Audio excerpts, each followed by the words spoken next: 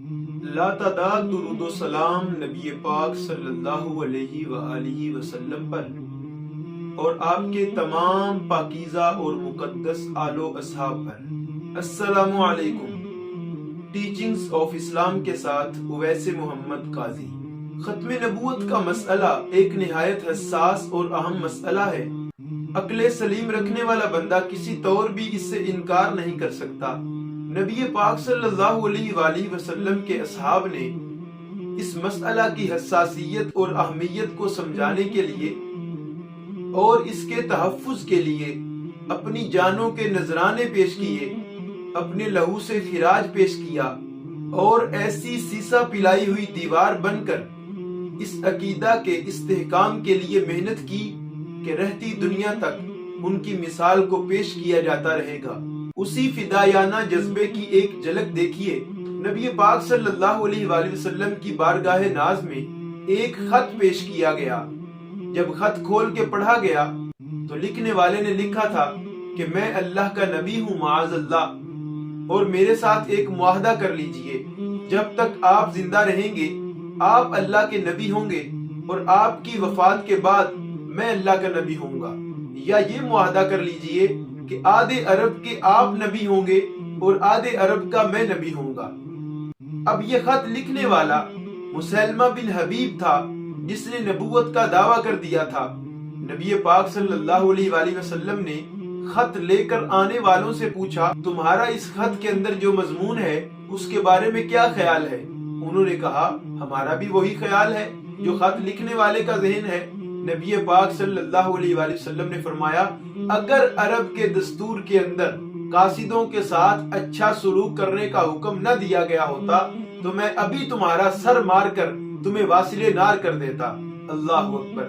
بعد میں نبی پاک صلی اللہ علیہ وآلہ وسلم نے اس مسلمہ کے لیے خط لکھوایا اور فرمایا کہ لکھو، میں محمد الرسول اللہ کا آخری نبی ہوں، میرے بعد کوئی نبی نہیں آ سکتا، اور تم تو مسلمہ کذاب ہو، تم تو جھوٹے ہو۔ یہ الفاظ لکھے، نہایت سنگین صورتحال تھی۔ یہ الفاظ لکھ کر نبی پاک صلی اللہ علیہ وآلہ وسلم نے دربار میں بیٹھے ہوئے صحابہ سے پوچھا، کون ہے جو یہ خط لے کر مسلمہ کے پاس جائے گا؟ ایک صحابی مدینہ کے اندر کھجوریں بیچنے والے حضرت حبیب بن زید رضی اللہ تعالیٰ عنہ، آپ اس وقت بارگاہ رسالت مآب میں بیٹھ کر کھجوریں کھا رہے تھے، اور اتنی جلدی کے اندر جواب دیا کہ آپ کے منہ سے کھجوروں کے کچھ ٹکڑے گر کر مجلس کے اندر دوسرے احباب کے پاس گرے۔ ساتھ والے ساتھیوں نے کہا، بھئی اتنی جلدی کیا ہے، پہلے کھجوریں کھا لو اور پھر جواب دے دینا۔ آگے سے وہ حضرت حبیب بن زید فرمانے لگے، اگر میں کھجوریں کھاتا رہ گیا اور یہ سعادت کسی اور کو مل گئی تو میں کیا کروں گا؟ اللہ اکبر۔ نبی پاک صلی اللہ علیہ وآلہ وسلم نے اپنا گھوڑا بھی عطا فرمایا، اپنا نیزہ بھی عطا فرمایا، اور ساتھ فرمایا کہ مسلمہ کے پاس ذرا جرت کے ساتھ جانا، ذرا دلیری کے ساتھ جانا۔ نبی پاک صلی اللہ علیہ وآلہ وسلم کے یہ الفاظ تھے۔ صحابی نے سر جھکا کر آگے سے عرض کیا، یا رسول اللہ اس بات کی فکر نہ کیجئے، انشاءاللہ نہایت جرت اور دلیری کے ساتھ جاؤں گا۔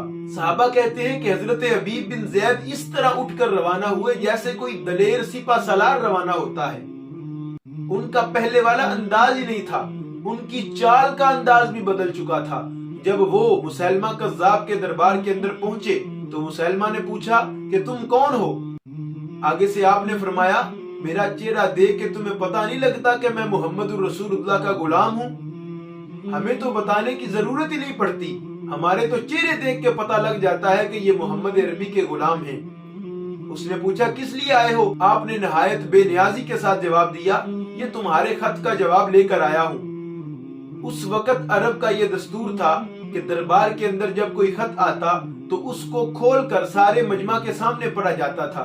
جب سارے مجمع کے سامنے یہ الفاظ پڑھے گئے کہ تم کذاب ہو، تم جھوٹے ہو، تو اس مسلمہ کذاب کا رنگ غصے سے پیلا ہو گیا۔ اس نے پوچھا کہ اے خط لانے والے، تو بتا، خط کے اندر جو مضمون لکھا گیا ہے تمہارا اس کے بارے میں کیا خیال ہے؟ حضرت حبیب بن زید نے نہایت دلیری کے ساتھ جواب دیا، میرے خیال کی کیا بات کرتے ہو؟ ہمارے نبی نے جس کو جھوٹا لکھ دیا ہے وہ قیامت تک جھوٹا رہے گا، 7 سمندروں کا پانی بھی اگر تم بہا دو تو تمہارا یہ جھوٹ دل نہیں سکتا، تم جھوٹے ہو، کیونکہ رسول اللہ نے تم کو جھوٹا فرما دیا ہے۔ مسلمہ غصے سے اور پیلا ہو گیا۔ اس نے کہا اس کے جسم کا ایک ایک حصہ کاٹو اور اس سے پوچھو کہ میں اللہ کا نبی ہوں یا نہیں۔ اب مسلمہ کذاب غصے سے لال پیلا ہو گیا اور حضرت حبیب بن زید کے جسم کا ایک ایک حصہ کاٹنے لگا، ساتھ پوچھتا اتشہد ان محمد رسول اللہ؟ آگے سے آپ فرماتے نعم اشہد ان محمد رسول اللہ۔ آپ جواباً فرماتے ہاں میں اس بات کی گواہی دیتا ہوں کہ محمد الرسول اللہ صلی اللہ علیہ وآلہ وسلم اللہ کے آخری نبی ہیں۔ آگے سے وہ دوبارہ سوال کرتا اتشہد انی رسول اللہ؟ امام ابن الاسیر نے اسد الغابہ شریف کے اندر ان الفاظ کو نقل کیا۔ آپ فرماتے انا اسم لا اسمع، میں بہرا ہوں، میں تمہاری آواز ہی نہیں سن سکتا۔ اللہ اکبر۔ ہم کو نہ گل پسند نہ پھولوں کی بو پسند، ہم کو تو وہ پسند جسے آئے تو پسند۔ اللہ اکبر۔ جب ایک ایک جسم کا حصہ کاٹنے لگا اور ساتھ یہی پوچھنے لگا کہ بتا تیرا میری نبوت کے بارے میں کیا خیال ہے، تو آپ نے فرمایا کہ میرے خیال کی مصطفیٰ کریم صلی اللہ علیہ وآلہ وسلم کے حکم کے سامنے کوئی حیثیت ہی نہیں ہے۔ مسلمہ کذاب نے کہا تو دیکھتا نہیں تیرے پیچھے اتنے سپاہی قطار کے اندر نیزے پکڑ کر تلواریں پکڑ کر تیرے اوپر ہوئے ہیں، تجھے ڈر نہیں لگتا؟ آپ نے جرت سے جواب دیا میرے 12 بچے ہیں، کچھ ایسے ہیں جو دودھ پیتے ہیں، کچھ ایسے ہیں جن کو بھی چلنا بھی نہیں آتا۔ نبی پاک کا حکم دیکھ کر میں نے پیچھے مڑ کر ان کی طرف نہیں دیکھا تو تیرے سپاہیوں کی طرف میں کیوں دیکھوں گا؟ اب مسلمہ کذاب ان کے جسم کا ایک ایک حصہ کاٹنے لگا اور ساتھ سوال کرنے لگا۔ حضرت حبیب بن زید کا جسم کٹتا جا رہا ہے لیکن ساتھ آپ یہی جواب دیتے ہیں اشہد ان محمد رسول اللہ۔ مسلمہ کذاب نے آپ کا سارا جسم کاٹ دیا اور آخر میں آپ کا سر کٹنے والا رہ گیا تو اس نے پوچھا کہ اب بھی تیرے موقف کے اندر کوئی تبدیلی آ سکتی ہے؟ آپ نے فرمایا میری جان جا سکتی ہے لیکن میں اس بات سے انکار نہیں کر سکتا کہ محمد الرسول اللہ صلی اللہ علیہ وآلہ وسلم آخری نبی ہیں۔ یہ الفاظ سننے تھے کہ مسلمہ کذاب نے غصے کے اندر آ کر اپنی تلوار کے ذریعے حضرت حبیب بن زید کو شہید کر دیا۔ اللہ اکبر۔ شراب عشق احمد میں کچھ ایسی کیف و مستی ہے کہ جان دے کر بھی ایک دو بوند مل جائے تو سستی ہے۔ ادھر مدینہ شریف کے اندر نبی پاک صلی اللہ علیہ وآلہ وسلم کی آنکھوں میں آنسو جاری ہو جاتے ہیں۔ صحابہ پوچھتے ہیں یا رسول اللہ کیا ماجرا ہے، آپ کی آنکھوں سے آنسو کیوں جاری ہو رہے ہیں؟ آپ نے فرمایا میرے حبیب کو شہید کر دیا گیا، اور ساتھ فرمایا اللہ تعالیٰ نے حضرت حبیب کے لیے جنت کے 8 دروازے کھول دیے ہیں۔ لہٰذا ختم نبوت کا مسئلہ کوئی عام مسئلہ نہیں، یہ وہ مسئلہ ہے جس کے تحفظ کی خاطر جنگ یمامہ میں منکرین ختم نبوت کے خلاف جہاد کرتے ہوئے 1200 صحابہ کرام نے شہادت پیش کی۔ حالانکہ جنگ یمامہ سے پہلے جناب صدیق اکبر نے یہ اعلان عام کر رکھا تھا کہ آج کے بعد اصحاب بدر کسی جنگ کے اندر شریک نہیں ہوں گے، یہ نبی پاک صلی اللہ علیہ وآلہ وسلم کی یادگار ہیں۔